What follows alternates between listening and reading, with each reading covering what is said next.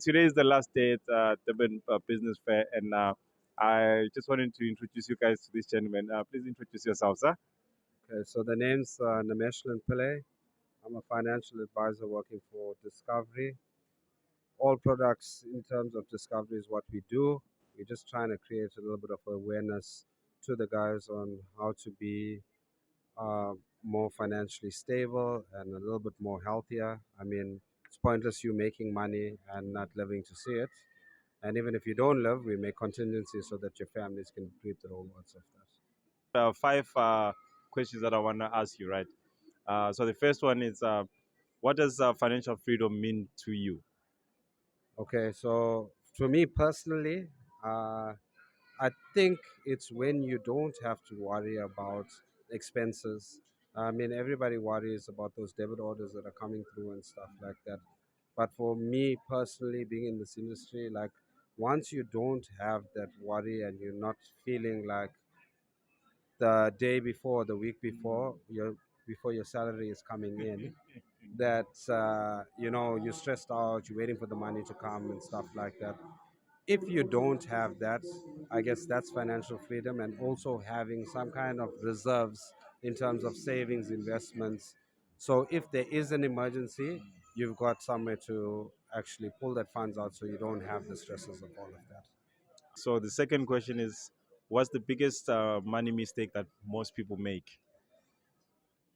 Yo, it's food and entertainment. I mean, the biggest mistake is obviously not budgeting yourself. Um, if I would like to do something, I mean, I want everybody to do an exercise, pull out at least a 3 month bank statement and go through it with a fine comb and see what you really spend your money on.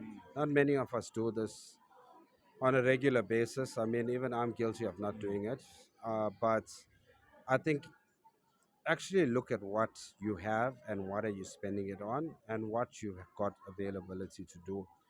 I mean, not many people take the time out to do that. It's a kind of a irritating and it can be a disappointing exercise to do. But I think that's one of the biggest mistakes is not seeing what you're doing with your money. Okay, so the third question, do you think debt helps people to succeed or it hinders them? Debt. Okay, so yeah, debt is definitely a hindrance. I would say, if, like we are saying, if you have financial freedom, you're more open to taking on opportunities and stuff like that. If some kind of opportunity comes your way and you don't have the finances to do it, even if it's the best opportunity you've heard of in your life, it will be such a big risk because you don't have the finances to take the chance on, or it's things like that. So definitely I would say, eliminating debt it gives you a freedom like nothing else. Okay.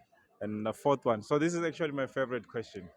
It's, are you in control of your money or is your money in control of you? I think for the longest time, I would say I wasn't in control of my money. I don't want to say because of third parties. Maybe your wives taking over your finances and making things a bit difficult for you guys. But I would say yes, I definitely in control of my money. I've got plans and I've put in infrastructures not only for myself, but to make my money work for my kids. We talk about generational wealth. We wish that our grandparents left something for our fathers or mothers, and it came down to us, and we didn't have to work. We just had businesses in our names and stuff like that. So, thinking about all of that, I want to set up myself and my kids to have things going forward. So, I know you're going to be happy with that one. You'll need to No, try. no. So the fact that there's you showing that it's a journey, even though you might. So whoever is listening right now or watching right now, they might not be at a point where they're in control, but it's a journey, and the most important thing is actually strategizing in such a way that eventually, you get to a point where you are financially in control. I think a lot of people always talk about goals and aligning your goals. Lots of people's goals are, I want that fancy car and I need to have this and I need to have that.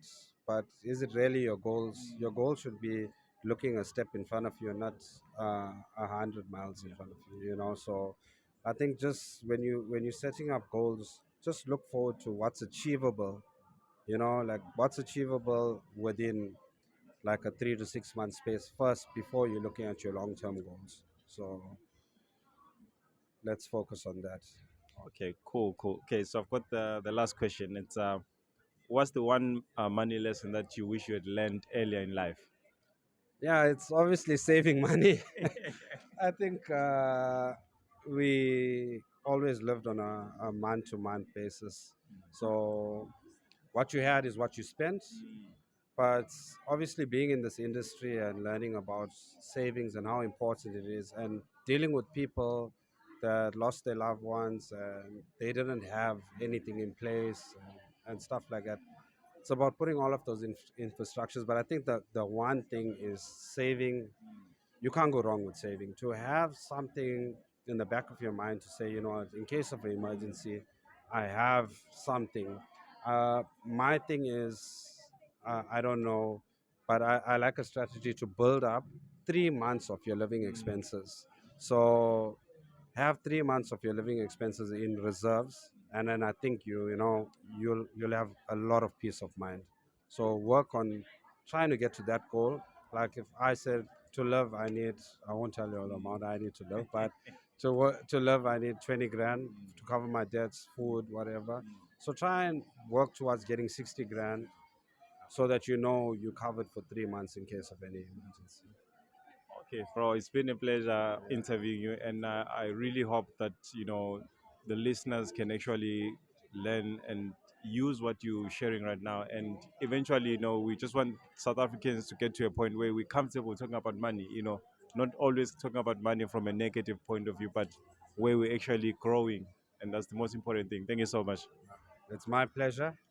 Thank you so much, man.